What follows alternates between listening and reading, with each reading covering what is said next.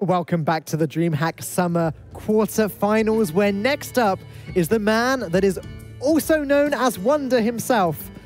Okay, that didn't quite come out how I expected it. It's Akawonder versus PenhaDani, and bringing you the action with this one. It's myself and Lorinda, also known as Wonder. That is his name. Right? That is his name, and he means it to be his name, and so it's AKA Wonder to us, but he wants it to be said Akawonder, even though he means it as also known as, but apparently he pronounces it Akawonder. It's his name. I call myself Lorinda with an R, but I say it wrong, so who knows what to do. Are we not supposed to pronounce the R's in your name then? Yeah, but I never do. Well, that's what I mean. But I want you to, but Akawonder wants it to be Aka, not AKA, so we do what the person wants, not what the person says. I don't even know. Anyway, he's super famous and everybody loves him, basically, is the short version of this. He went to DreamHack Valencia on the last day to cheer on his fellow countrymen, and he got met at the airport by a crowd of people who went to meet him to go back to the thing with him to cheer on the countrymen with him. So they cheered on the cheerer.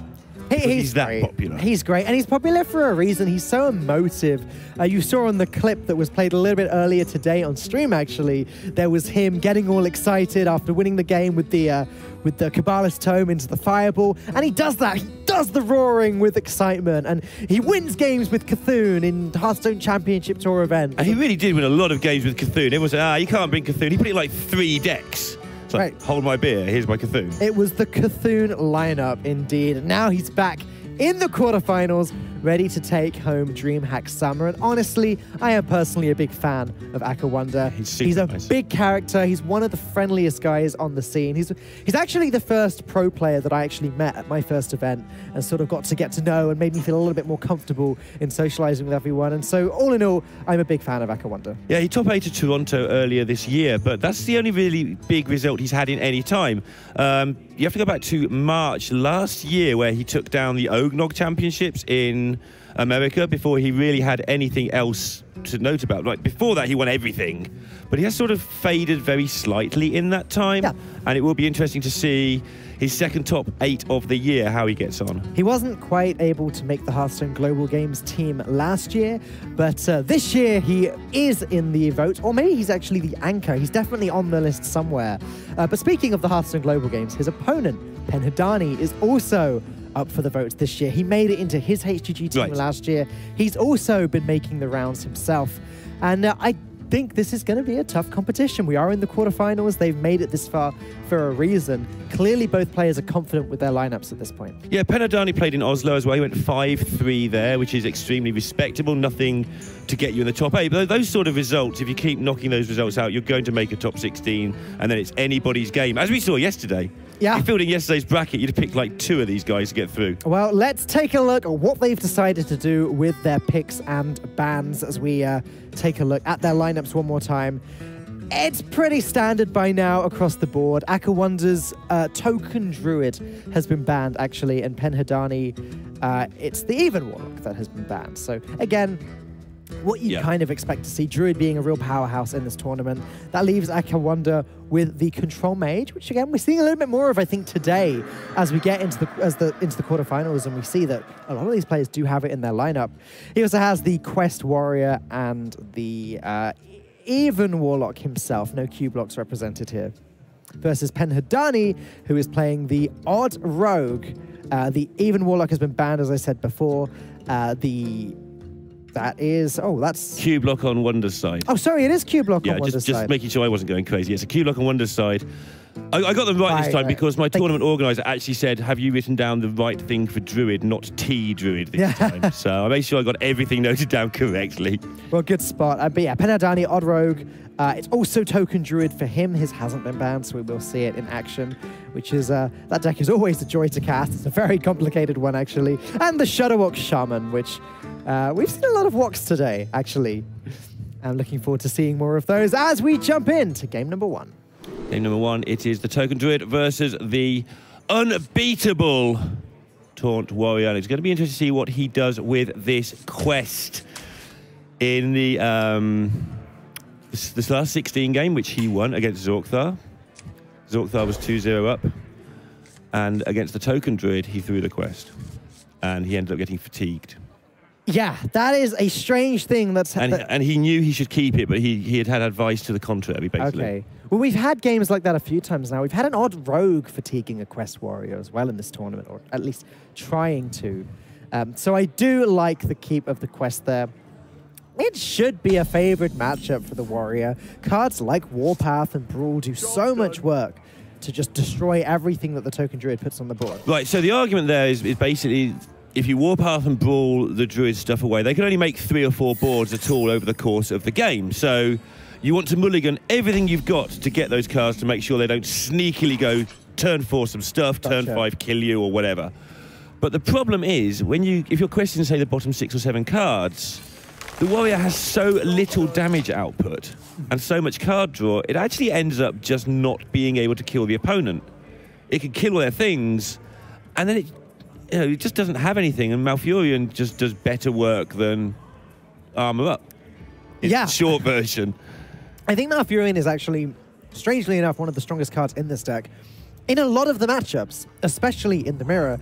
And also, as you said, just the armor gain against the Warrior quest reward. And this is the problem with throwing away the quest. If the Warrior doesn't get to start spewing fireballs all over the place, the Warrior just doesn't really get to the win condition. But the downside if it keeps the quest is it can just occasionally get caught napping, which is a real problem, but you just have to take that chance. It's less of a real problem, but it is something that people have been talking about since that top 16 game, and it was Wonder who ended up winning with the Token Druid on that occasion and ended up taking the series. Got to walk the tightrope, and luckily for Akawonder, he has drawn his first Warpath, which will deal with the first Whispering Woods into Soul of the Forest turn that PenhaDani can come up with. Yeah, there's another problem that happens here for the Druids sometimes when they're doing the ramp plan like this, is their Whispering Woods kind of suck. Like, in their own right. They can almost die to the Acolyte and the Tar Creep where there's only 4. True. So, if you're not using the Nourish for the cards, you've got a long wait before your Whispering Woods is a playable threat. But if you're not using it for mana, then you can't Whispering Woods and Soul of the Forest in the same turn quickly enough. You can't get to your Ultimate Invasive in whatever that card's called quickly enough. Ultimate in Basic? Something like that. Sounds like an old programming language. That would do. It's close enough, I'm sure. PenhaDani is, I guess, just spending this turn trying to work out whether he wants to draw the cards or ramp up. Ramping up is usually the go-to for the first Nourish, but he doesn't have any value generation in his hand whatsoever. So I can see an argument for drawing this turn, and that's what he's going to go with. Yeah. He gets to summon the Arcane Giant anyway, so the immediate mana is not a big deal. Yeah. Okay, starting to gather these tools together. Like you said before, he needs a big hand for Whispering Woods to do anything. If he can make one board, which this is attempting to do, which isn't made from Whispering Woods and Spreading Plagues, that's an extremely important deal. It's one extra removal spell the Warrior has to find more quickly. But the trouble is making it into some sort of threat is so difficult when all these taunts are in the way. Yeah. I think this is potentially a good time for PenhaDani to consider playing that Soul of the Forest. Maybe play Spellstone first, generate another 1/1. Soul of the Forest, it just makes this board quite sticky, and also Warpath and Brawl are not very good at dealing with this. The counter-argument to that is that Akawonder could probably just use most of his board to deal with this. Right. What to do? Yeah, and that's the opposite thing. PenhaDani's trying to make threats out of nothing, and Akawonder's trying to make removal out of nothing. Yeah. So that's like the tiny subplot that is going on in this game. Yeah. With the pickup of Garrosh though from Wonder, it just becomes so much harder. That's like infinite whirlwind effects for the whole game when that comes down. And the weapon is so incredibly good as well. It is. One whirlwind per turn isn't actually good enough. Right. But yeah, I mean, it's a problem. And Akawonder's Cornered Sentry, pretty bad in this matchup, because it's just going to force him to play an extra whirlwind or give PenhaDani even more tokens to buff up. Yeah. So I imagine he's going to go with Stonehill Defender this turn. He's not really got a good play lined up, unless he wants to play the first Warpath, which isn't perfect. He can only cast it twice, which actually isn't good enough at all to deal with. So working backwards, it's not too bad next turn. He needs to make sure the damage is assigned in the right places so that next turn With whatever he plays now, then the Warpath is good enough to do its thing. But you really don't want to use Warpath if you can at all help it. That is your way of dealing with Soul in the Forest stuff in general. Yeah. But also is more terrifying. Wonder will be sitting there going, well, he won't have double Savage or branching path, so I've got to maybe not play around that unless I absolutely can. But he can just die on the 10 mana turn here, because PenhaDani has got all that stuff. And Wonder maybe put in a spot where he just has to take his life in his hands and say, you know what, he probably hasn't got this. Double Savage Roar is 21 damage. Wow. Just gotta put that statement out there. We're talking 9 off lethal already on turn 7.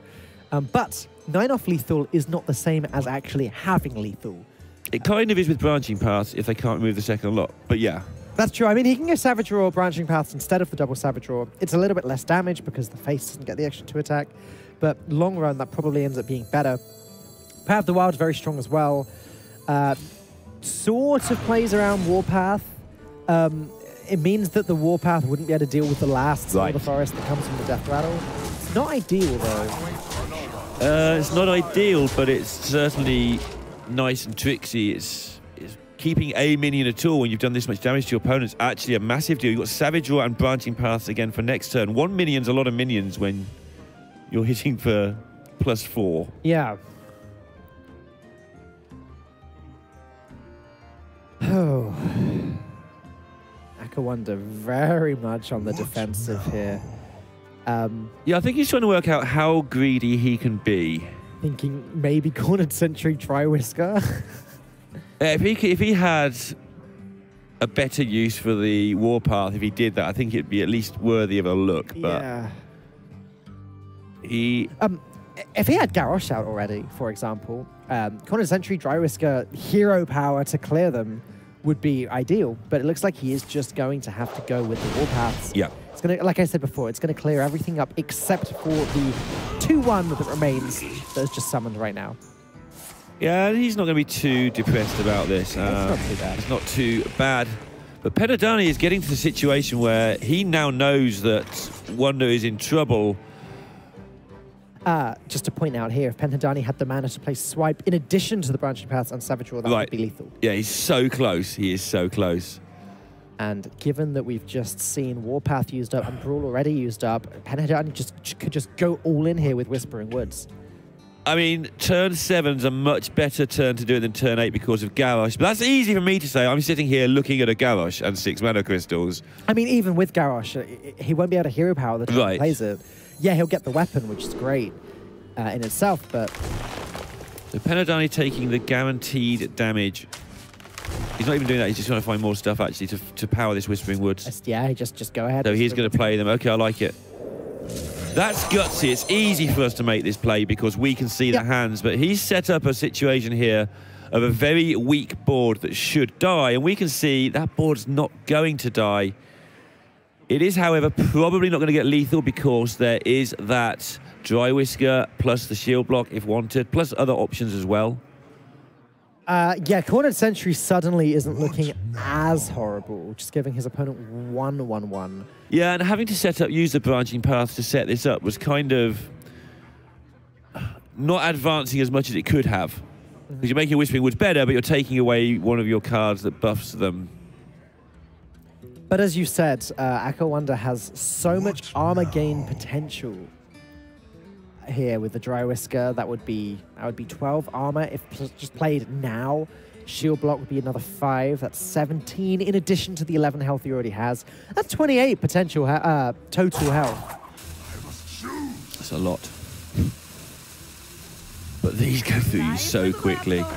And of course, PenhaDani can draw another buff card, so he doesn't have many left in the deck, but he has bits and pieces. This is a scary position without a shadow of a doubt. Another Whispering Woods, not what he was looking for, but he does know that at this current time, that can't be dealt with. Are we wrathing for 1 here? Is that actually... Wrath for 1, look for lethal? Yeah. He has... Is it lethal? It's got to be close. So you've got to put... He's got 12 damage on the board with the Savage Roar, 14 with his face, 15 with the hero power, 19 with the swipe. Not quite there yet. In that case, we're probably not wrathing for 1. So this Savage Roar is never going to be better than this, which is why he's doing it. He doesn't know what he's going to do with it yet, but you're likely to never have 7 minions in play. You've got 6, so get the damage while it's available. He can Wrath the Cornered Sentry to just maximize that damage ever so slightly.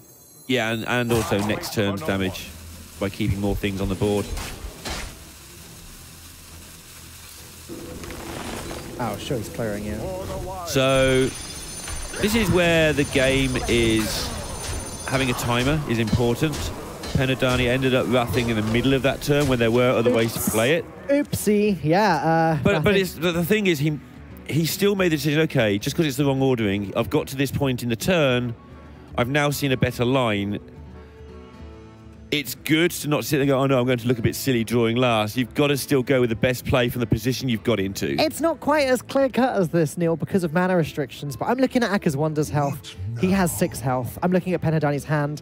He just drew 6 damage. I'm also looking, yeah, exactly, yeah. Like, obviously, he wouldn't quite have had the mana to It would have been a lot of damage there into that face, though. It would have been more like 1 off lethal or 2 off lethal or something. Plus now, yeah, next turn's going to be less because things are going to be killed. You're definitely right. It's definitely important. I'm not saying otherwise. That pickup, if that pickup had been another buff bigger than that, it would have been a miss lethal. But it's so hard to plan that entire turn with all the options in advance as well. So Garrosh would clear up 3 of these, leaving 3. That's 6 damage with the Power of the Wild. 7 with the hero power, but he'd have 11 health. So that would, as we can see, save him. But he's going to go with what he sees as the safest play, which actually might end up being a little bit worse. Power of the Wild just annihilates Stonehill Defender. Okay, Soul of the Forest as well. This board isn't going anywhere fast. It is. But it's not going away. It's going to the face pretty quickly. It is going there. Yeah, you were worried there for a second. So where's it going? Where's it going fast? What have I missed? Yeah, it's going to the dome. And it's not the Thunder Dome. It is just the dome. Yeah, and Akawonder's Garrosh isn't going to do anywhere near enough to put a stop to this, which means he has to rely on putting up a wall of taunts and hoping that he can put enough in between all of these wisps and trees and his face. It's not going to be easy. It's not going to be easy. He can summon 3 Phantom Militia this turn. That's 12 health protecting him. Okay. Which is all except 1 of the 2/2s, so that's a start. Again, any buff and he's dead. A lot of buffs have been played. That's his one hope there. But it's not just a case of how he doesn't die now, which is what he needs to not do, but how does he not die forever? Yeah, Ultimate Infestation is also a card that PenhaDani can draw, which would likely just finish Akawonder off. Nice little raptors. There are no raptors. You're lying to us, Corner Sentry.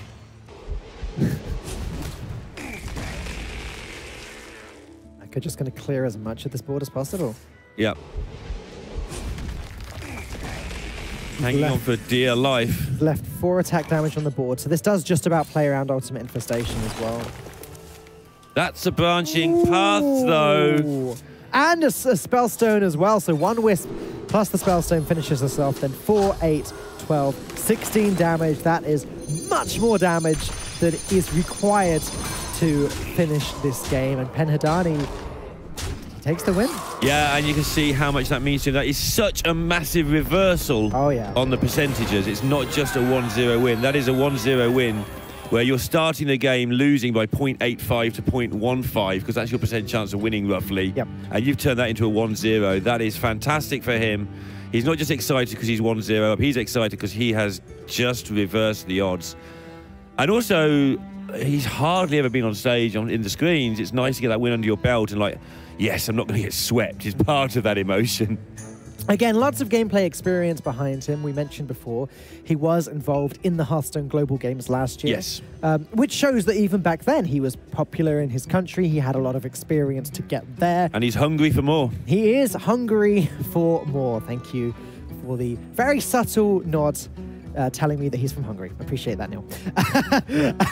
But yeah, like, just because you back home haven't heard of these players doesn't mean that they haven't been working behind the scenes for years already. getting the experience, and for all you know, PenhaDani is ready for his first big win. Oh, he is ready. You could tell with that little fist pump there. It wasn't over the top. It was just like, yes, now let's do the next one. And he is ready for this. Akawonder seemed a little bit more serious than usual over this tournament. A couple of times we've seen him sort of steely face. It's just concentration, I know. Behind the scenes, he's been as chirpy and bubbly and lively as ever. Oh, man, he's just such a great guy to be around. But you're right, he's very stern right now. Concentration to the max. And, you know, I can't help but wonder if that will maybe work against him. If he's used to playing with a smile on his face, used to sort of not being stone-sharp focused like that, maybe that means he's not as good at playing when he does focus up because he's so used to playing the other way. Yeah, that definitely takes a while to make that transition, but it depends on your character. We've seen Fino make that transition. Right. From, you know, sort of... Chirpy is the wrong word to use about Fino, but from being Fino to being a pretty much focused individual during the matches now. Well, the last time I said that, as I was saying, he gave a thumbs up to the camera, so I still can't quite win. But, well, there you go. But he has made that transition very, very naturally, whereas for Wonder, who is just such a bubbly character, maybe he will find it a bit difficult. He has gone with the Q-Block to take out the Token Druid, and there is so much removal potential in this deck. Defiles, Hellfires, Prince Taldarum. Sorry, not Prince Taldarum, Lord Godfrey. Wrong important person. Exactly, yeah. He does run Prince Taldarum, but yeah, it's not board just not going to do much. I'll have a 1/1. I mean, if he hits a Void Lord with it, then it can do some stuff. But meanwhile, on the other side, PenhaDani has got the start he'll be looking for. He's got Wild Growth into something to do on 4 or 4 mana, UI in hand, and nothing really going on in Wonder's hand, but we know how quickly Q-Block hands could turn from not looking like a hand into an absolute massacre. Well, there we go. That's like there you go. The Giant is sitting there ready to go. Just going to have to wait a little bit longer. Well, next turn we'll do it. PenhaDani, he can play his Oaken Summons now. He can start to get going. He might decide to hold on to it and play Oaken Summons, coin Power of the Wild to hit that Violet Teacher. But alternatively, he can play it now with the Spellstone and almost achieve the same effect. Just Power of the Wild next turn, even stronger. Yeah, don't want that Q-Block to get out of control. And this sort of puts a stop to Akawonder's Giant play anyway. I don't think he'll be able to afford to just slam Mountain Giant into this, but maybe he has to. I don't mind the look of Defile Doomsayer instead, personally. Defile Doomsayer and just say goodbye to the teacher. Yep. And then next turn you can begin mounting your challenge, either with the Giant or with the weapon. No demons in hand, but we've still seen that sometimes it's best to forego the immediate for just get that weapon out there. I wonder. One of the problems with Doomsayer here, I guess, from where Wonder is sat, is a Savage Roar deals with it. It does get rid of a Savage Roar, but it sort of begins doing the same stuff over again already. He's just working out which combinations of cards deal with it and which ones he doesn't like, and there's not many. So I think we'll see that play. This is definitely a good alternative to what I described earlier, and just getting rid of the biggest threat, which is about to reappear by the looks of things. Yeah, it's definitely a fine alternative. He'll consider both. The upside of this is it's very efficient use of a card that's not going to have many targets. That's true. The downside is exactly this. Your opponent gets next play. You don't reverse the tempo problems. But maybe Wonder thought that the chances of the Doomsayer just being killed were high enough that he wanted to go with the guaranteed kill. And now Akawonder has to ask again, is it time to play Defile this turn with the Doomsayer? Or maybe now he just does slam the Giant. If he wasn't going to slam the Giant last turn, I don't think that has changed particularly. So, a little bit clunky for the time being, this hand. It is. But he is going to slam the Giant partially because you can get the tap snuck in there as well. Okay. And now it's PenhaDani who's got decisions to make. He's got a bunch of good decisions to choose between. Power of the Wild plus Soul of the Forest doesn't look too bad to me. Yeah. It does even allow him to clear the Giant if he wanted to trade everything in, but I think he'll just make the Giant go on defense duty and say, okay. PenhaDani's the trader here. One thing around Mountain Giants and Savannah High Major Thugs, you just run around them and leave them to like look all confused. One thing that this is very weak to is Defile. He's played around it a little bit carefully, made sure to play the Power of the Wild last. That was important. Yeah, he ends up with one less death rattle, but it means he doesn't end up with a 1-1 on the board, which just sets up the entire He's seen one Librarian already as well, so shouldn't be Librarian defiling the opposing hand. Yeah, and next turn Godfrey becomes an option anyways. One Defile can have the potential to clear this entire board, even with the death rattles, which is crazy. It's not going to be the case this turn. Don't think Akawonder has any way of generating a 1-health minion. It's interesting to me that we're seeing token druids this deep in the tournament. They weren't doing too well, so it looks like he's going to do some sort of Hellfire shenanigans. I was wondering if he could Prince Taldarum, the Violet Teacher, play a spell and then Defile, but he couldn't quite get there. That would have been incredible. Yeah, that would have been quite funny, actually. That'll do it. That will do it. Had to use a lot of resources, though. Had to use up both of them. He didn't have... If he had a Mortal Coil in his hand, the Violet Teacher play would have been an option. Prince Taldarum to copy the Violet Teacher, Mortal Coil, then Defile, because he's just created a 1-1 himself, clear the entire board. He's ended up in a nice spot, though, with Ultimate Infestation to back this up next turn. He can keep this power going for a little while longer. Yeah, Nourish into Tyrant to get to the Infestation is just beautiful. It means that he's still making Wonder respond to what he's doing, and then next turn he's going to do that thing that Druids do and put himself in a fantastic position. And Wonder's basically considering whether he needs to play the Skull here. Well, it's not whether he needs to, whether he can, whether he's got time to. Because he is losing to certain combinations of cards here, although they're very unlikely. I wonder. He's got to be so defensive. Skull plus Doomsayer is an option. I believe the way that interacts is if you play the Doomsayer first, it goes off before the Skull pulls the minion out of the hand. Yes. Seem to remember there's an important interaction there. I know that if it's the other way around, I know that if you play the Skull first, then the Doomsayer will blow up the board. I did accidentally learn that the hard way recently. That's great. I wish I'd been there to see that, Dan. I'd have loved every second of it. I know. But yeah, Wonder was playing around stuff there. He felt that he needed the armor immediately and that he's going to need more. And those are the plays that top players sometimes make. They're using their cards creatively, because all we can see is Doomsayers and cubes. But they're finding ways to stay alive.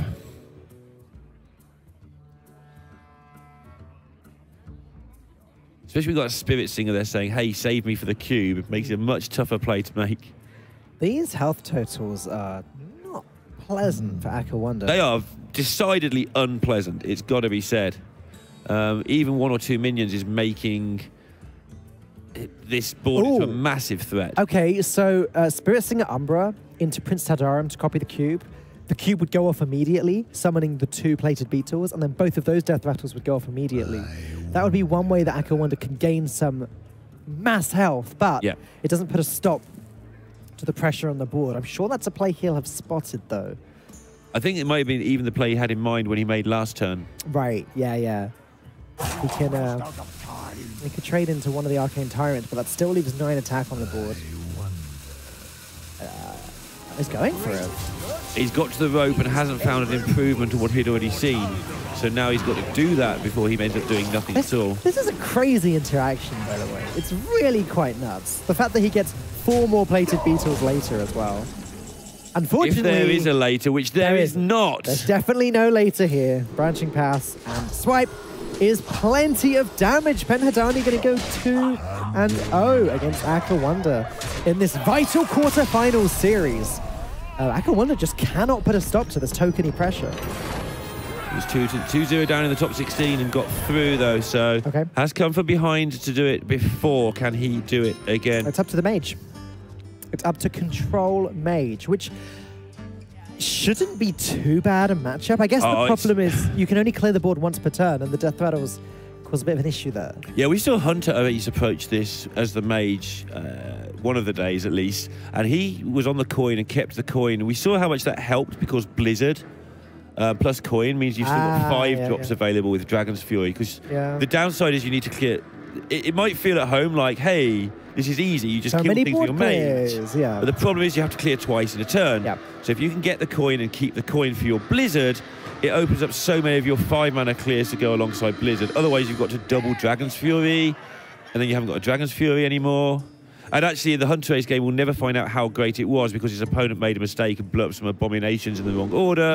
And it all went a little bit south from there. But everything you were saying is right there. Like, double Dragon's Fury is, as you said, the only real way of doing it twice, and then you got no Dragon Furies left. And unfortunately, the Token Druid can do that thing twice, where it summons a big board, plonks a Death Rattle on every minion. So no coin for Wonder. So he's going to have to approach it a different way to how Hunter Ace approached it. Let's see how he goes about setting up his stall to delete 2 boards in one go. Yes, he can attempt to get some tempo of his own. He has got 1 drop into 2 drop, but he's going to struggle to keep up with PenhaDani in that respect. Another thing he can try and do is he can try and get enough armor that he can clear 1 board, then take a gigantic smack to the face, and then clear the other board. That's another option he has to set up. Okay. But that's not going to be easy. None of this is going to be easy, Lorinda. For either player, actually. Although PenhaDani is looking like... Well, he's got both Oaken Summons in hand. I believe, from what we've seen so far, he's not running any Ironwood Golem. So both of those Oaken Summons just say, gain armor, summon a Violet Teacher. Which is a pretty good card. I don't mind that at all. Yeah, getting a little bit of early pressure down before even 1 board clear can be done. I was just saying how Wonder would like to have a gigantic health total. That's not nice. I think the opponent should get the card if you lose. I think then the card would be unplayable. But then you make it cheaper and make it more exciting. you take a mana or 2 off the casting cost. So you have like, I guess you can't. It's Team 5, I hope you're listening. Make a 1 mana 2/2, but give the card to the opponent if they get it. Budding card designer sitting to my left. Yeah, there's a reason I'm casting and not designing cards. We've discussed this one before. All the cards would be called Bird Thing. And all the effects are completely and utterly overpowered. Yeah. Can we have a DreamHack segment, please? Every DreamHack from now on. New cards with Lorinda. Bird Thing, Power Thing, Arcane Thing. Spiteful Stuff. Thing Giant, Stuff Giant. We'd be fine, we'd be good, we've got this. But in the real world where nice cards have nice names, the game is in progress still, and PenhaDani has a wealth of riches, but not actually anything to put the riches on right now. He looks like he's got pretty much everything he needs, to me, for the time being at least. He's got Oaken Summons that he can just play this turn, and then next turn he can go Oaken Summons, coin Power of the Wild, which is looking like a very nice sequence and one that Akawonder is going to struggle to deal with. PenhaDani knows that at least one of Akawonder's Dragon's Fury is still in the deck, or was a turn or 2 ago. So there is a slightly higher than usual chance that Akawonder won't have a way of dealing with it. Sure. And yeah, that's a really good point. And even if he has, again, it just sets up this chain of removing the removal, so that your later plays with the Soul of the Forest just become untenable for Wonder. He has Alexstrasza. That might be a way he can get a sneaky win through, but it's just going to be so difficult. Even a 4/4 just demands answers. And Wonder does not have good, efficient answers over the period of 7 turns. He doesn't at all. PenhaDani took a slightly different approach. Oh, slight punish there in drawing the Violet Teacher. Now one of those Oaken Summons doesn't do anything, but... And now I think we'll see him play one to make sure that he doesn't draw the other Violet Teacher. It's go time. Oaken Summons, Power of the Wild. Come on! Get him! I'm very excited about these Token Druid games for some reason. Pay attention, class. That's because they're not playing against each other. Get him!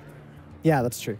They're exciting and interesting. I don't think anyone has a clue how to play that matchup yet. Yeah, Sato was saying to us a couple of days ago, he thinks it's his favourite matchup right now. Just reading on Twitter, people say, I don't think this was right, I don't think that was right, but I haven't got a clue what was right. That seems to be the prevailing opinion right now. Which is great. If we haven't solved a matchup after several weeks of it existing, that's good. Gives the better players a chance to shine. And now PenhaDani has to make that decision. Does he go all in with the second Violet Teacher? Or could Akawonder maybe clear it? He doesn't have the anti-mage hand. He doesn't have Whispering Woods, Soul of the Forest.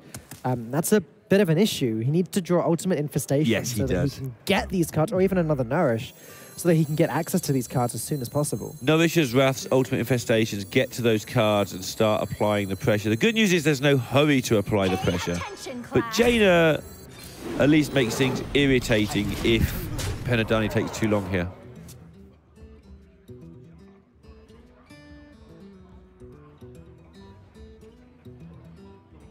So he did choose to not quite go all in. Pretty much, though.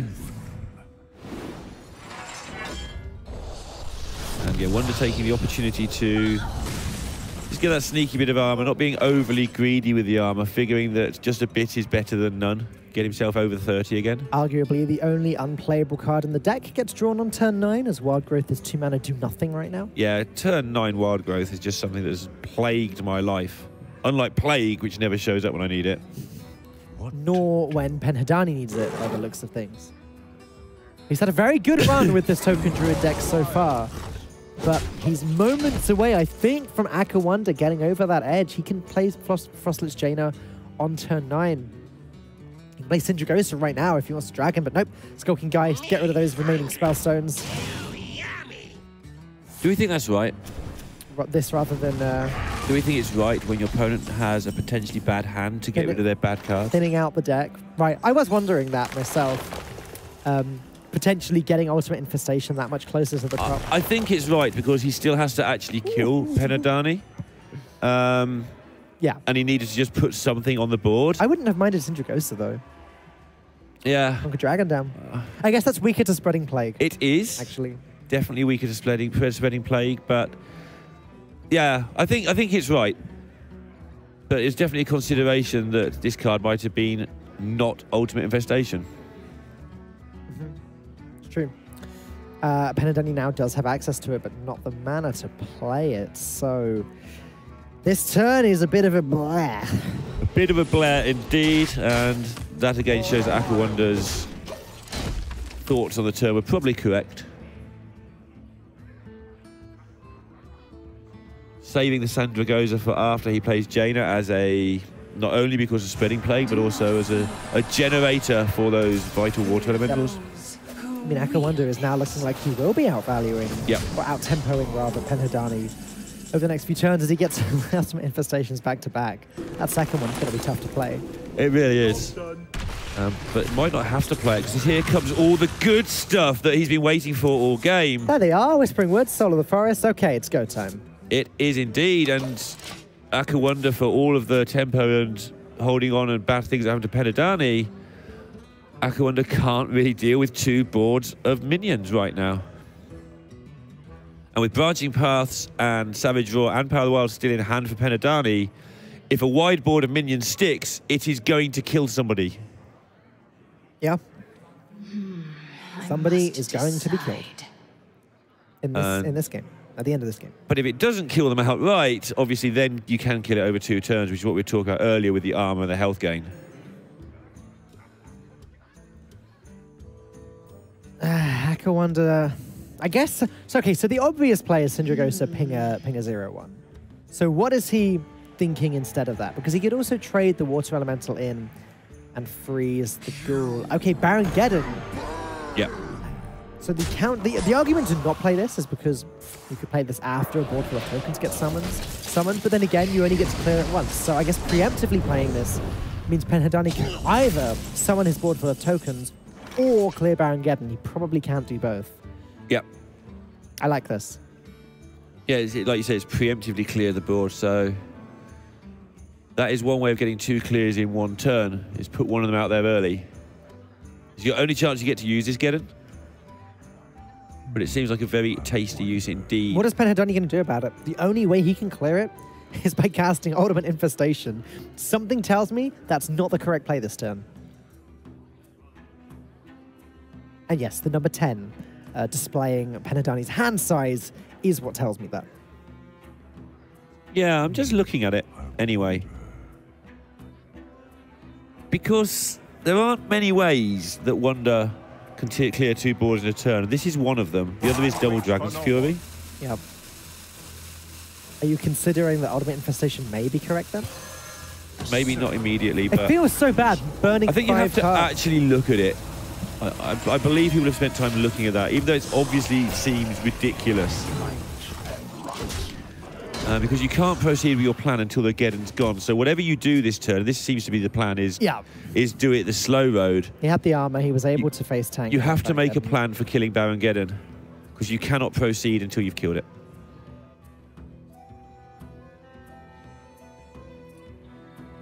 Which would Piper will draw the 2nd Arcane Artificer if Akawonder plays it. Yeah, it's good for that.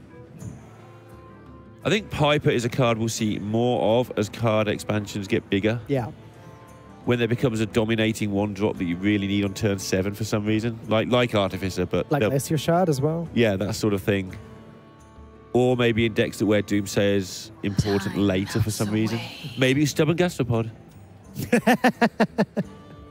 I'm done. The talk of the week, the snail. You're not sold on the snail still. I'm all on the Trog Gloomeater hype. Time is now. The other poison. Why do I walk into that every time? Sure. We agree that poison is an ability worth having. I would definitely, I definitely want to try out the sale. Stubborn Gastropod. Okay, back to the game in hand. Wonder still has this Geddon. Now he's starting to build an army of health gainers. Come dance to my song. Oh, okay. This is a Spreading Plague waiting to happen. It does seem that way. And this is effectively handed over. Ah, yeah. Ooh.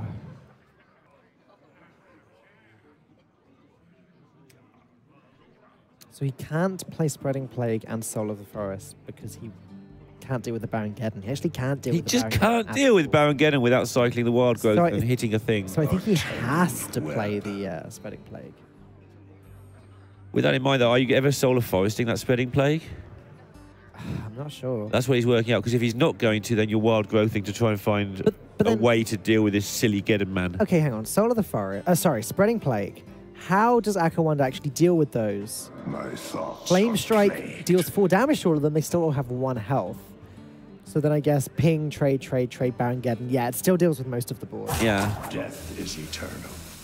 My Oh, so awkward. Whoa! It's happening! Yeah, last turn I was saying I didn't think it was a silly suggestion to consider it. And he's decided he can wait no more. I think I'd rather he had cycled the Wild Growth personally and then Spreading Plague should it whiff. But that felt like a panic play to me. I think if you're going to do that, you do it and get in 7-5 and he hasn't got 3 water or 2 water elementals. This Ultimate Infestation's not a very good card, Lorinda. What? 10 mana, summon a 5/5, get rid of Baron Geddon, and discard half of your deck? I'm not sure about that. Yeah. I must decide. Yeah, I think it needs a buff. It needs a buff. Just imagine what we could do with 11 mana. Discard your entire deck, make a 6/6. Again, new cards with Lorinda. Again, this is why I don't design cards. That's the filler cards are worse than the OP ones. Okay. Akawonder has found himself in a position where he can win this game of Hearthstone, but the Geddon's gone. And the same conversation we've had all through the game still stands, except now the first board clear doesn't need to be a spell. Yeah. Because Wonder has gained control of the board, the first board clear is just hit their things with my things. Then again, Spreading Plague plus Soul of the Forest is still difficult for PenhaDani can deal with. And then later on, he can still play the one Whispering Woods he didn't mill alongside the second Soul of the Forest. So there's certainly still things he can do here. Blizzard is going to be a huge problem for PenhaDani, though. Yeah, very much so. Just going to Blizzard this out, and then Flame Strike the following turn, and then trade. Yeah, I think he'll Blizzard and not attack. Yeah, exactly. Just freeze the board. PenhaDani's fatiguing anyway. There's no hurry to finish him off. Yeah, and then next turn you Blizzard and you hit the things, then you Blizzard, and so then you Flame Strike. That clears the lot. PenhaDani does have another reload, though. We should note he has got the ability to do this again after all those blizzard things. But Akawonder should be able to deal with multiple boards just because he's gained the board so convincingly. That all goes back to that. I don't even know if Ultimate Infestation in Geddon originally would have been wrong, but the turn he did it was definitely far too far down the road to change your mind. You had to then, I think he had a better chance of it if he'd wild growth into Swipe, for instance. Yeah. Just gone that route. And just accept that he'd got himself into a pickle. Turboing all the way to fatigue definitely hasn't helped him, but again, it's still possible to get there. The problem is Akawonder still has all 10 mana remaining. He didn't go with the Blizzard play, but... Yeah, he's actually doing a sort of back. He's going to use the Blizzard to tidy up some of these 2/2s. So he's done a sort of half trade, half Blizzard. Gotcha. So he's half keeping the board under control. I really like this option we didn't consider. He still has the same kind of play available next turn, except what happens this way around is he gets to trade twice with his minions, not once. Yeah, and it also means that this turn, PenhaDani can't really play Whispering Woods Soul of the Forest. I mean, he can, but it's not as powerful as it would usually be. Yeah. Wonder just buying time and buying more time by trying to kill his opponent. That's always a good way of buying time. Killing your opponent? Yeah, it's really good. Yeah, I like really that. Underrated, though, by a lot of people. I do like that technique. It's like, oh, I haven't got much time. How do I gain time? How do I not die in the next 3 turns? Okay, I'll kill them in 2 turns. Sometimes it's not obvious, though. That's where I'm going with that is, even though that sounds simple when you word it that way, sometimes board states don't allow you to spot that you can do it. And yeah, PenhaDani is basically snookered this turn.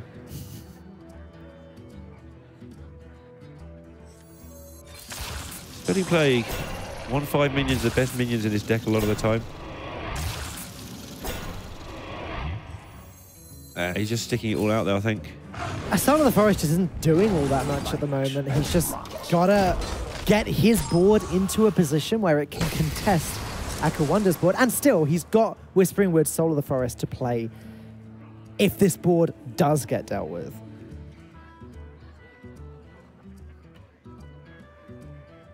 Plenty of ways to deal with a lot of this. Wonder will know if he's been keeping track, and it's not the easiest thing to do with all that burnt cards, but you know you can hover over the left to see what the burnt cards were easily enough. Yeah, he'll know that Branching Path went.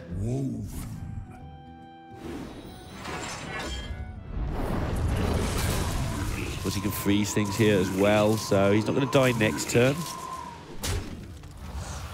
That Pyros is just getting bigger and bigger. Yeah, he's trying to do the thing I was saying about killing the opponent.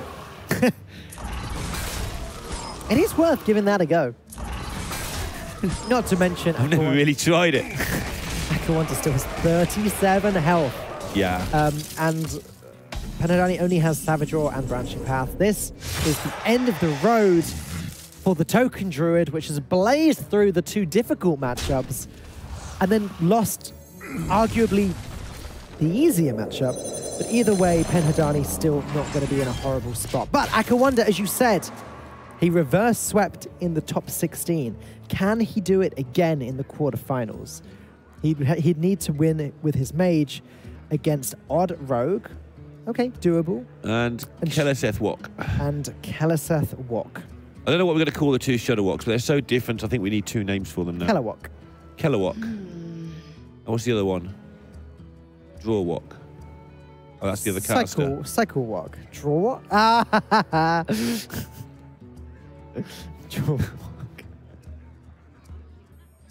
This one's not over yet, but it's over.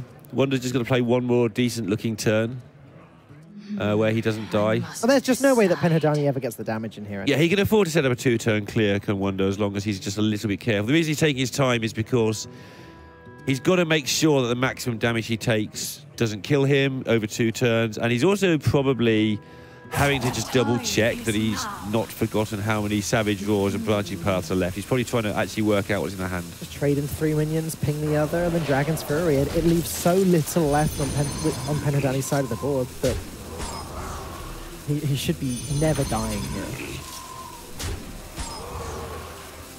Yeah, as long as he got most of the play, and he should be fine. There's only going to be 2 trees left. They're 2 twos. 2 2s. Not 2 trees. The trees are 2 2s. All right, and PenhaDani, he's seen enough of trees, 2s, and whatever else, and he's going to move on to game at number 4 with a 2-1 lead still intact. Yeah, not bad at all. The question is, what is he going to go with next between the Shadowhawk and the Odd Rogue? I guess it doesn't matter too much. Tiebreakers aren't even a consideration at this point. All that matters is winning the series. Indeedy. Get yourself into the top 4. If he loses one, he tries the other. Are you playing later or Green Sheep? Ooh. The aggro monster himself, yet again doing well in a major event. I guess it's an aggro meta then. I mean, it's such a meme for the poor sheep, but yeah, whenever it's an aggro meta, it does seem to be good for him, for sure. And it's not an aggro meta, but there's so much of this dirtly mid-range stuff that actually his Paladin deck is just destroying people. It's fun to meme about him, but as has been mentioned in this tournament before, he has won tournaments not even using fully aggressive lineups, but we'll get more to that later. I mean, more important, he's won tournaments when everybody's played aggressive lineups and he was the best at it. Yeah, you're right, that is more important. It's not like everybody rolls up to a tournament and goes, I play a bit of aggro me, and goes top 8 every time. He's won series in this tournament that's been like that, actually. But we're going to get to him a little bit later. PenhaDani making that decision between the Rogue and the Shaman. What are you picking, Lorinda? Which one are you going with first? It really doesn't matter too much. That's my assessment, is it really doesn't matter too much. Whichever one you feel like playing after you've just played a really horrendously slow game where you've probably made a couple of mistakes. Well, in that case, maybe you want to play Odd Rogue. But yeah, the Token Druid is an aggressive deck. Maybe you're feeling something different. Maybe you want to go Shadowhawk Shaman. It's interesting, though, because with Shadowhawk Shaman, if those mistakes are bothering you, you've got a little bit of time to get into the game. If turn 2 with Odd Rogue, your coin play is the wrong play, you lose because of it. That's true. So maybe actually the Shadowhawk play, if you're feeling... this is just whole hypotheticals, but if you want to get yourself feet back on the ground, maybe just ease yourself into a nice Shadowhawk game, because the complicated stuff happens later. Shadowhawk isn't an easy deck to play in the slightest. However, my assessment is that the Keleseth field is easier to play than the non-Keleseth. More forgiving, yeah. And that's why I think it's stronger, because when I play it, I do better because it's easier. Yeah, it's really hard to decide. I mean, joking aside, it's really hard to decide how much that factors into people's opinion of this build of Shadowhawk, because the conversation worded differently is it has more ways to win the game, which makes it feel easier. That's true. The other version has ways to win the game that are outside the box, but doesn't necessarily mean it's better. Yeah. So it's very hard to tell, but this version certainly is more comforting. When you get the bad draw, you just hit them with your stuff, and if you get the good draw, you hit them with the Shadowhawk. Yeah, I mean, with the good draw, you start with Keleseth on 2, as PenhaDani did. Yep. Hand not looking too hot now. The Volcano is one of the most interesting cards I think that came out for Shaman in Ungoro, although it's only started to shine recently, because the Volcano after Acolyte, so Acolyte Volcano on turn 8, for example, tends to be a pretty popular play among Shadowhawk players. Just to... Seems strange that clearing a board and drawing 3 cards is a popular play, but I guess I understand. But even if it's just your own board that gets cleared, right? Like, even if Akawonder has nothing there, Acolyte Volcano, draw 3 cards. It can happen, depending on the matchup. Obviously. Sure, but... sometimes it's important to use it as a board clear as well. Sometimes it's more important to use it as a board clear, but sometimes it's more important to draw 3 cards. Well, PenhaDani's got a hand like a foot right now. This is just not doing anything like it's supposed to. It's just completely the wrong appendage. My foot does not look like that, Lorinda. I mean... I don't want to see your feet. You don't want to see my hand if it looks like this either, because this is terrible right now. So, Akawonder, in some ways, is the beatdown in this game. In some way, he's got to be the aggressor. That's what makes this difficult. Well, he is. He does have to be, because eventually PenhaDani will reach his inevitable win condition, and if he draws Hemet, it comes a lot faster than if he does not draw Hemet. Well, that surely killed that taunt totem anyway. That's well and truly dead. Poor guy. Is that all you got? This is what I do to your totems. I crush them. That's just Aka's way of throwing a card out of his hand, I guess. Yeah. arguably the least valuable card in his hand. Yeah, it's not going to do a lot in this game. If you're the aggressor, why do you need to be blowing up the board? Yeah. So, obviously, a good way of making sure that he's keeping all the good stuff in hand. I just like the way that he just taught the taunt a lesson. And again, we spoke about this earlier, but this isn't necessarily the type of matchup where PenhaDani is going to want to use his hero power every single turn. Right. So you could even argue that clearing up that totem did PenhaDani a favor. Yeah, in some ways it could well have done, but, you know, Volcano that. I mean, he's going to at some point, or hex it, yeah. but... Again, if he had the coin right now, Acolyte Volcano would not look bad at all. And, we missed. if the... Try again. Thing is, if the hex hits this, it's not hitting possibly even bigger things later on. But if you don't hex it, it's going to start hitting you. PenhaDani's going to need to save Lightning Storm Volcano for Alana at some point. Yes. As well. Shaman can struggle to deal with that. Keysmith seems to be pretty much standard now. It wasn't for the longest time in a lot of mage decks, but slowly but surely it's appearing in every mage deck. Even the aggressive ones can sometimes run it now. Yeah. And it's the versatility that does it. On paper, it's a really good card. Yep. I mean, Spellbender can often trick people into making the wrong play. Counterspell, Mana Bind, other choices as well. It's a little bit of a shame to get all three that interact with spells. Sometimes you prefer to have an Explosive Runes or a Mirror Entity or something. Yep. But which is the card that messes PenhaDani up the most? Akawonder believes it's Counterspell. Well, Counterspell interferes with A Volcano play? the plan of clearing up the board, basically, yep. On the flip side, PenhaDani can test for it with the 0 mana Healing Rain. He can. That's 12 damage he can't heal later. But then if it ends up not being Counterspell, then he's just played 0 Yes. mana, do nothing. So not necessarily the correct play here.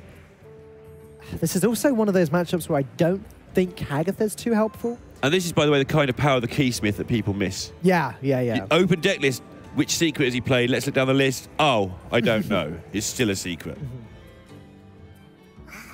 And it's hard to put a value on that. And yeah, PenhaDani going to fall for it. He's going to play... Oh, not fall for it, He's sorry. gonna He's going get it right, to yeah. correctly test for it. That could have gone horribly wrong if it wasn't.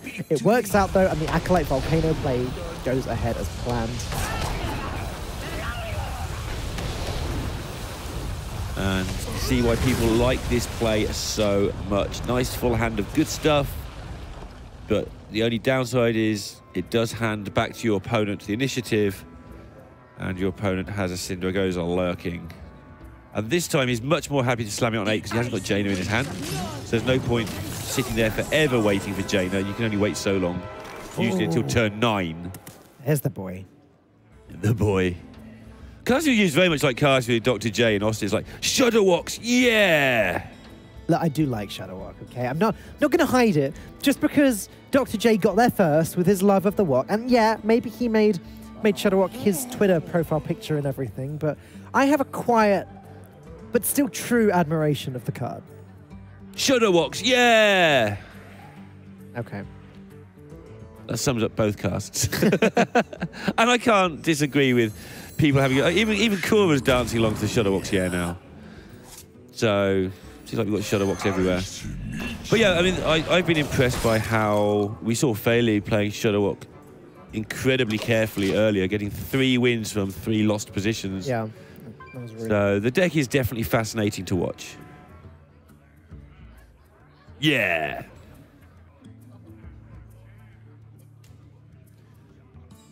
And it's only going to get better, I think.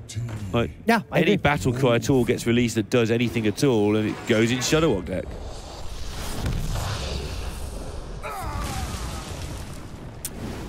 Not if a battle cry comes out that says silence all other battle cries and remove their effects from Shudderwalk. If Shudderwalk gets too out of control, that card could exist or something like along those lines. Interesting to see here how PenhaDani evaluates these 0-1s, these imaginary legends. We saw yesterday that they can actually just be really bad in the game that Hunter Ace played, Yep. where he ended up with a Blood Mage Thanos he just most definitely did not want. Yep. PenhaDani may want to Earth Shock this because in this match the mage is the aggressor, and one lucky legendary could definitely swing it completely around and just give Wonder an easy win. He has the tools to deal with it nicely. As you said, Earth Shock is an option. Hex is certainly a way of getting rid of the 8/8. Yeah, they're not going to turn into water elementals, so he looks like he's not going to Earth Shock. He's like, okay, go on. Good luck with your legendary. See how you get on.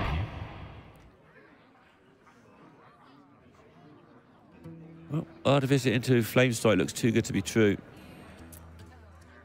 Yeah. He's still not achieving it. He's not getting anywhere with it. Like you said, he's the beatdown, and he doesn't have anything apart from a one-attack minion to beat PenhaDani down with at the moment. So, what sort of health total do you feel starts to become a problem for Shadow to two-turn you? a lot more than he has now. Like 50, 60? Well, in theory, it's 60, yeah, because if 10 Shadow Walks get played on one turn, that's right. 6 damage per Shadow Walk, that's 60 health, right? So around then, you're starting to buy time. So this is now relevant that he has double Artificer on board. Okay, yeah, that's true. Not like, oh my goodness, he's definitely winning. It's like it buys you 1 turn relevant. But it might buy you a turn for a Shadow Walk to do something bad. I don't even know if that's worth it, worth the tools going in to buy the turn. I mean, these cards aren't... I don't think he set out to do this as a strategy, but it's something that's come up along the way that he's managed to get for free. Sure. So take a free turn, 10 turns down the line. Why not?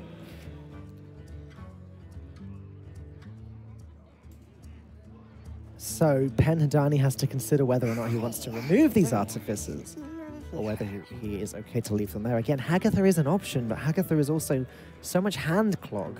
And that's kind of why I was going to ask you the question. I know you've again qualified for a decent event with this deck, so at what point is it a problem? You've given me a number of sort of around 60. So PenhaDani's having to he's got to ask himself those questions on the spot, and we can get the answer wrong. He's playing to win DreamHack, he's got to get it right. Oh, there's Jaina, okay. And he's decided he can leave them up and that the armor is just not an ongoing threat. Yeah, and if Akawonder particularly wanted to gain a lot more armor, he could Blizzard this turn. But instead, it looks like he is going to go with Frostlit Jaina. So both players have agreed that they don't really care. Does Lillian Voss actually do anything in Akawonder's hand here? I don't think it does. I believe it changes all rogue spells into random spells from your opponent's class. And as far as I'm aware, Akawonder doesn't run any rogue spells in his Control Mage deck. Not at the moment, at least. Just a Chillwind Yeti. But he does go with the Blizzard. Ultimately, he gains 12 armor from that alone. Not a bad play in the slightest. He has got to force damage through at some point. No, it's replaced all spells on your hand with random spells from another class. Okay. So, okay, he now has Windthrough. That could be relevant with Alex Straza, because then that's a 2-turn kill on its own. Yeah, it is. That's true. It's kind of amusing. We've seen one of the hexes go, but Hemet has gone deck hunting and has blown up a whole load of the deck. Something we can see as well now is that Dragoncaller Alana would be tough for PenhaDani to deal with. And Akawonder's going to go with that. Yeah. Yeah, PenhaDani needs to draw the second Volcano now, and even then, I don't think that's enough damage to clear everything. You said it earlier, he needs to keep back Lightning Storm. Volcano and Lightning Storm to deal with this eventuality. He hasn't been able to. And Hemet's gone off now. Lightning Storms are gone. Yep. 2 Volcanoes will deal 30 damage. Yeah, that's... A little bit, it's just not quite enough. I mean, he doesn't need to kill every single minion. He just needs to kill most of them. That's true. That's for now. It's not like it's Token Druid where he has to kill the lot. But he doesn't want to leave one. I mean, Alex Straza to hit you with a 5/5 is just painful. I'm making the assumption that the Volcano gets drawn as well. There is a very strong chance it doesn't. Samurai Chain Gang's not bad, though.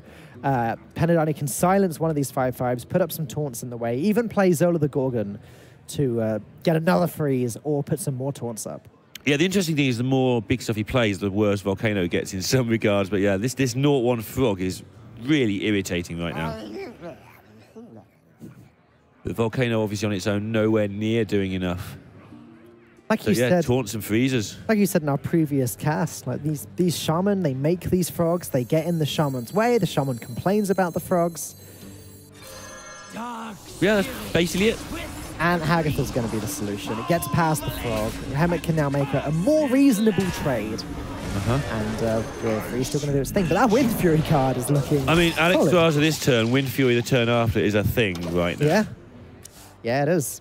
Grumble, Alex Straza this turn is almost lethal in its own right. Grumble still hasn't been played yet from PenhaDani as well, so Shadowwalk not an immediate threat.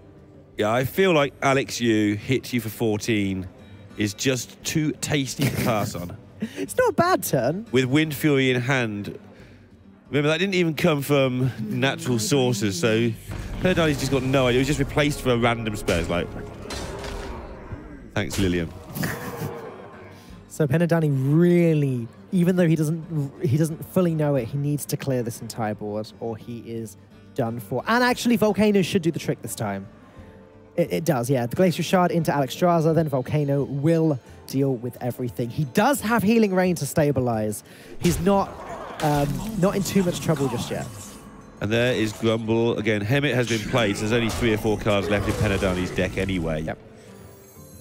Oh, I was saying earlier he'd draw the second Volcano. Of course, he played the first Volcano on Acolyte turns and turns ago, so this was his last board clear. Can I get away without playing Healing Rain? That could be Lava Burst, PenhaDani. Could be Lava Burst. Could be Lava Burst with a ping. But also, it could be a lot of garbage cards, because Shaman has a lot of garbage cards. He'll know this, being a Hagatha player. The Shaman cards are awful. Yep. Apart from Bloodlust. It's true. Unfortunately, that's the reason Witch's Cauldron also dropped out of seeing any play whatsoever. Shaman spells just aren't good enough. Yeah, and it looked like that was the solution to the entire meta on day 1. Witch's Cauldron, Odd Paladin. Oh, wow. We get spells. Good idea. And you can definitely see why it's better than Cult Master in some respects. Yeah, and you do get the things. It's an and even it survives. Card. It lives. Well, Geist isn't much use. He's already Geisted himself with Hemmet. 47 health. Wonder does have a turn or two if he wants to start connecting Jaina's and making water elementals. Still got time. Grumble hasn't been played yet. But also he only has to force through 6 damage and none of that is relevant at that point. That's what's making this difficult.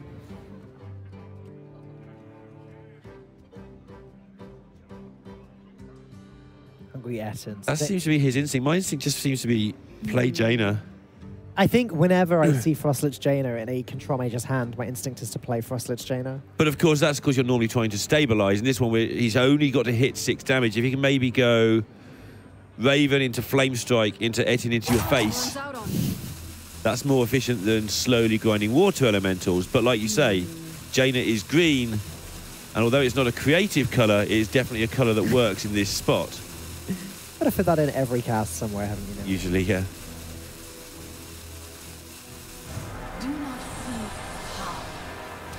And there we go. Jaina is played against all the odds on turn where she was green. And there's Life Drinker, final card in the deck. So, PenhaDani, he just needs to work out the safest way of doing this. He's still got Healing Rain, which will be necessary in order to get to these key turns later on. So I'm going to start with that. I guess play Life Drinker as well and hope for the best Grumble possible next turn. Even if this whole board goes away, Grumble is still going to be good though, because PenhaDani can go with the Grumble into Zola into, or rather Zola into Grumble into Zola play. Yeah. One of those way rounds works. And he will know which one. 61 health here from Wonder, so going to be interesting to see if that extra turn that is available matters. But of course, you start Life Drinking, so you don't. Your opponent doesn't really get to hit you after you Life Drinker for 20 points of gain. But that's a little way off yet. Wonder highly focused in terms of just trying to get this 6 through, which is now 21. So not doing a very good job of it, one might say. He got so close. That Wind Fury was looking so tasty. Like you said, Alex into then 14 damage typically does end up with your opponent dying very soon after. But no, PenhaDani was able to stabilize after that. And it is looking like he is going to take this series. Yeah, the Wind Fury is nowhere near as terrifying as it once was at this point as well. At one point, the Wind Fury looked like it was going to find at least a 4-4 to connect with, or at least a 3-3 or something. It didn't get that chance to connect with anything. And PenhaDani 2-1 up and stabilized as Shudderwock. Feels weird to talk about people stabilizing against Jaina Mage, but that's what's happened here. And Wonder still trying to find something. Because there's high health total, he's just trying to find a way, but it doesn't look like a way exists.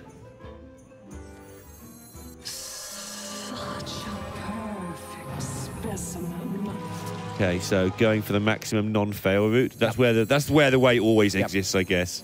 The only issue here, the only problem, I cannot believe I'm saying these words, the only problem with this combination is that PenhaDani ends up with too many cards in his hand. And that's genuinely an issue, because that's one of the ways in which Shudderwock can go wrong. If Zolas go off first, he ends up with 9 mana Shudderwocks in his hand. And look at this, he's looking at a 10 card hand right now. The only way to lower the amount of cards in his hand is to play some spells. Crushing Hand has Overload.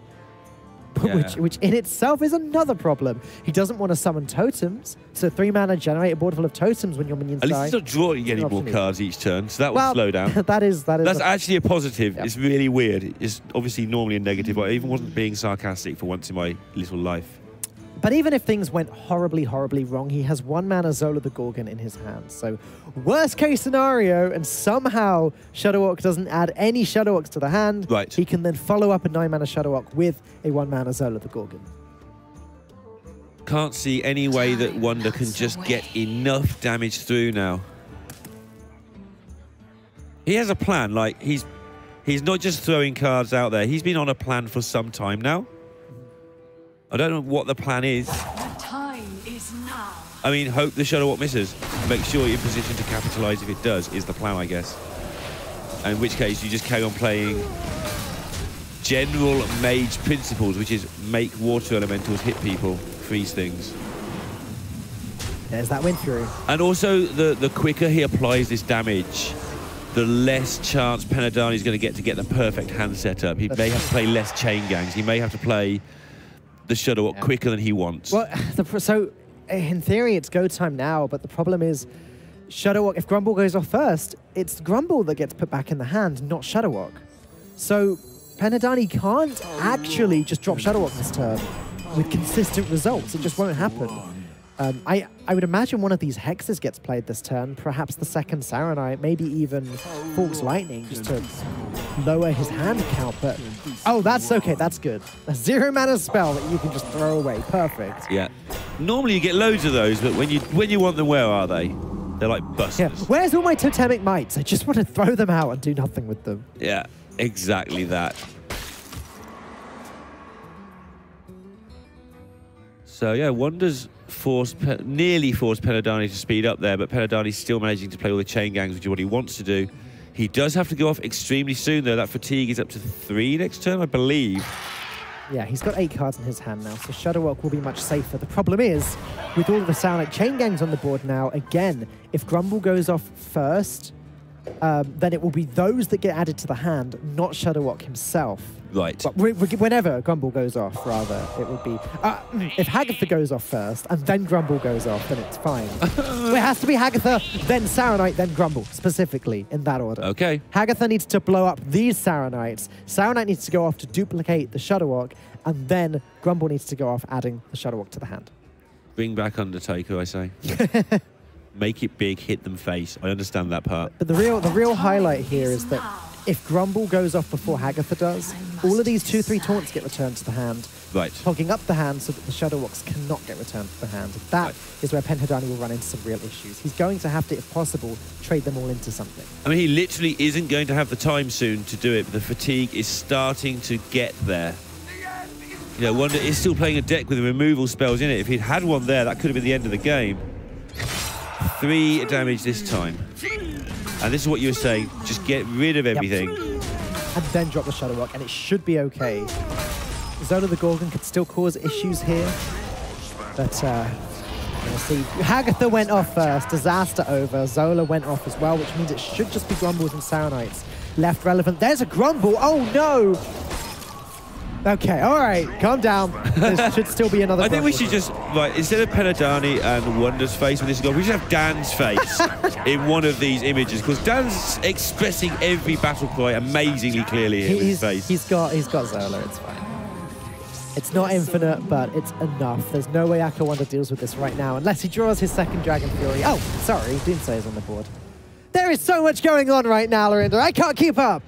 Yeah, I think every single Shudderwock match I've cast has had something happen, because just want to keep your eyes in about 4 different places. In my case, nothing to do with the screen, just looking at you.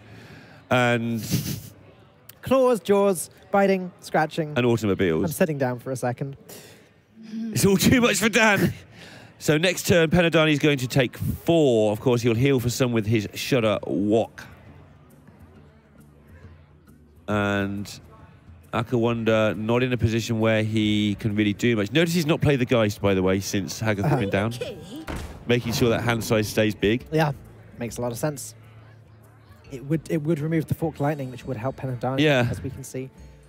None of these cards are looking like they're doing anything that special. PenhaDani's sort of in the same spot now as he was in last turn. However, this time if Shudderwock whiffs again, there's no Zola in the hand. There's no second chance.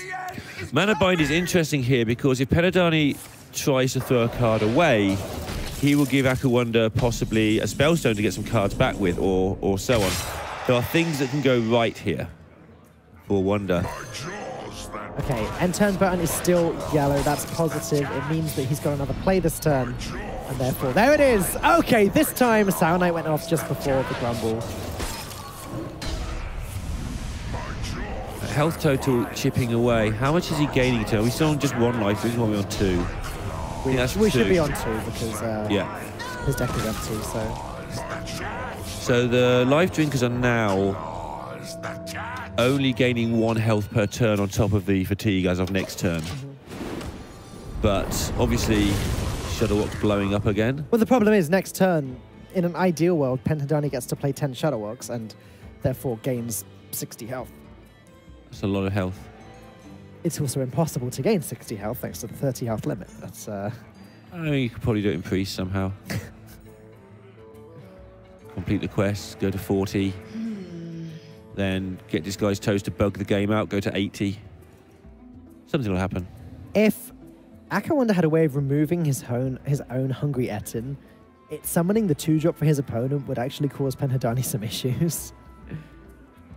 Now, he's been thinking about this for some time. But like you say, he's not quite got the mana to do it. If he gives PenhaDani anything with 0 attack, that's a problem for PenhaDani. Okay, never mind. He'll just go this way instead. Get a Water Elemental. PenhaDani's now got to run the Shudderwock Gauntlet 1 more time.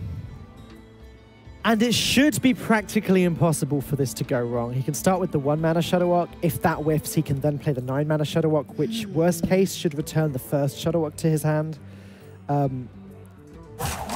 This shouldn't go wrong. Worst case scenario is that he only gets to play 2 of them. Best case scenario is that he wins the game next turn. Yeah. We haven't seen anybody do this easily all tournament. Everybody's had Shudderwock nightmares. Yeah. They partly through their own fault in some cases, partly just through ordering of how things came out in others.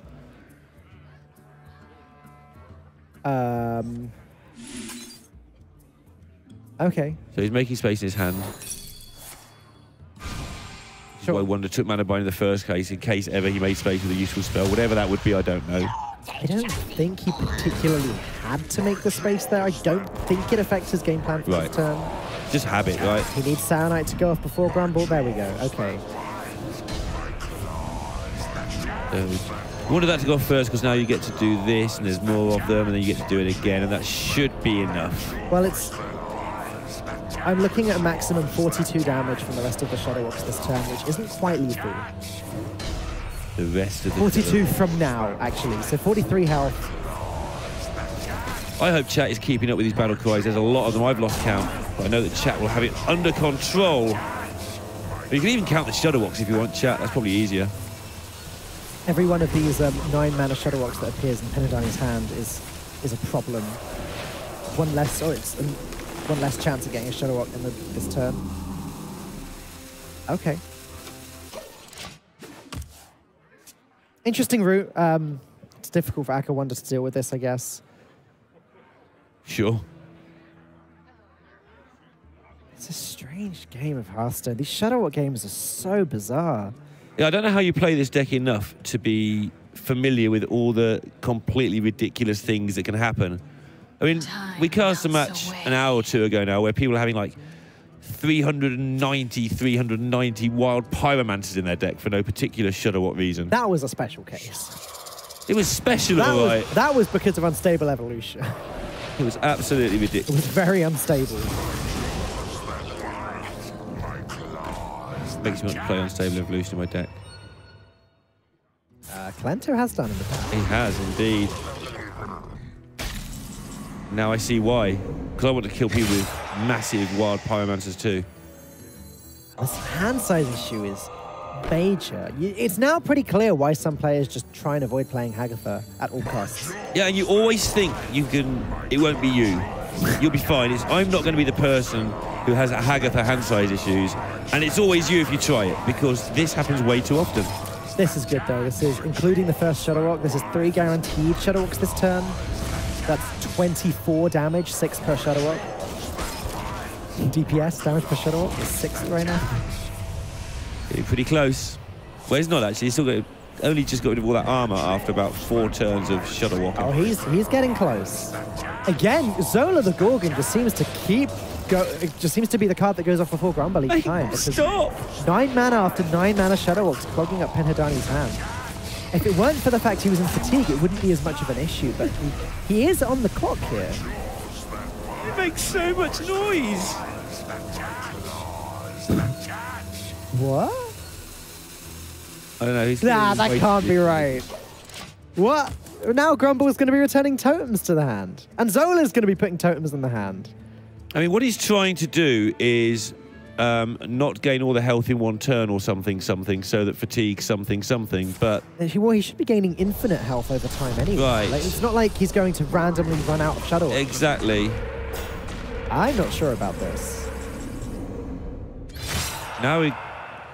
Again, Hagatha's Battlecry going off first is now what PenhaDani really needs again. I mean, Wonder decided not to Flame Strike these totems, so he likes them being there. Yeah, of course he does. I know he can Flame Strike the Shadowwalks with their 6/3s, that's the actual reason, but yeah. Just deal some damage. It's interesting. Okay.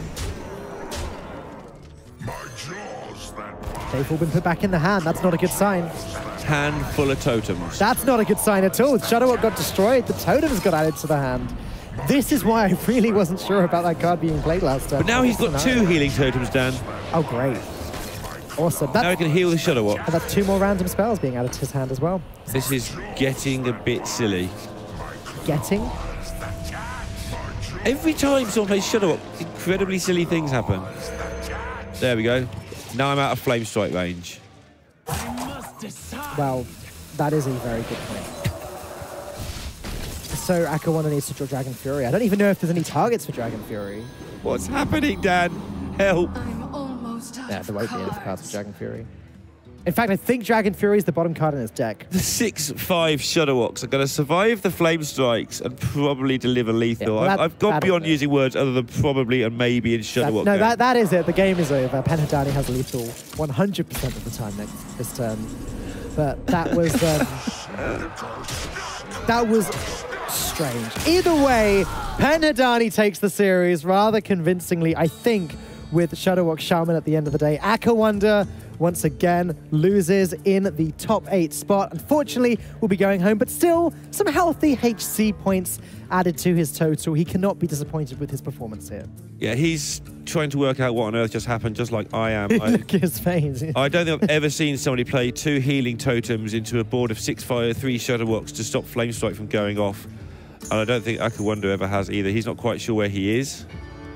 And I don't think I'd be quite sure where I am after watching that. That was just a strange game. I'm not sure where I am right now. Right, I'm at DreamHack. I'm in the Hearthstone studio. Okay. That doesn't help. You look behind out there to find out where you are. Okay. I'm in the Witchwood. I'm in the Witchwood. That's where I feel like I am based on all of the Shadowwalks. Sums up those Shadowwalks.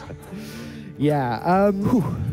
That was a strange series. We saw a lot of Token Druid being very successful early on, actually. Let's not let the Shuttle Walk take away from what PenhaDani had achieved earlier on in the series as well, winning 2 matchups which should have been very difficult to win, one being the Quest Warrior and the other being the Cube Block. Sure. Especially that Warrior game was incredibly well done. Yes, so. Managing to take both of those down was very impressive. PenhaDani can be very happy with his performance going into the top 8 spot. It's a bit of a shame for me because throughout this tournament we've been talking about Hearthstone Global Games and how all of these players are you know, in the running, they're up for the votes, etc. Sadly, the votes ended a few days ago, so PenhaDani could win this tournament, and it doesn't mean he's necessarily any more likely to make it. Yeah, if somebody wins the tournament and doesn't get voted in, they're going to be like, ah, no, but I won. Yeah, but still, winning a DreamHack, even if it doesn't get you into a tournament like that, that's still a huge feat. That's the prize money, it's the HC points, and that's exactly what the players want. We still have more DreamHack quarterfinals on the way. Next up is going to be Green Sheep versus Letter. We'll be back in just a few moments.